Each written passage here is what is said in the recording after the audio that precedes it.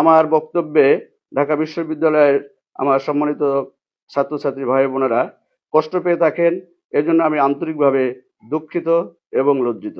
আমি গতকালকে কাকচিড়ার কাটাখালীতে একটি নির্বাচনী পথসভায় যে বক্তব্য নিয়ে আসলে কথা বলা হয়েছে সে প্রসঙ্গে আপনাদেরকে বলতে চাচ্ছি যে ২০২৪ সালের আগে ডাকসু ছিল নিষিদ্ধ ঘোষিত সন্ত্রাসী সংগঠন ছাত্রলীগের দখলে। ছাত্রলীগের পলাতক সাবেক সাধারণ সম্পাদক গোলাম রব্বানী ও পলাতক সভাপতি সাদ্দাম হোসেন ২০১৯ সালের ডাকসুকে কুক্ষিগত করেছিল।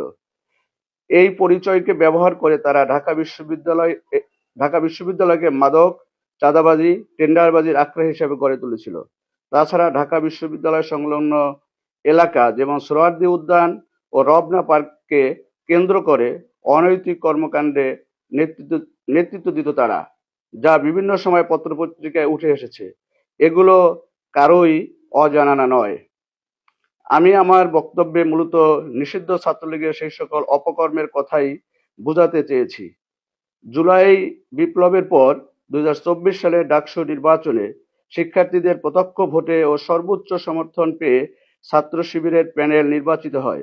এরপর থেকে ডাকসু চাঁদাবাজ, মাদক কারবারি, সিট বাণিজ্য ও অনৈতিক কর্মকাণ্ডের বিরুদ্ধে সরব ভূমিকা পালন করে আসছে।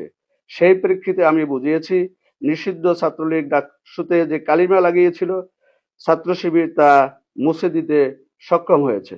সম্মানিত সাংবাদিকবৃন্দ, এরপরেও যদি আমার বক্তব্যে ঢাকা বিশ্ববিদ্যালয়ের আমার সম্মানিত ছাত্রছাত্রী ভাই বোনেরা কষ্ট পেয়ে থাকেন, এর জন্য আমি আন্তরিকভাবে দুঃখিত এবং লজ্জিত। আসসালামু আলাইকুম রহমতুল্লাহ।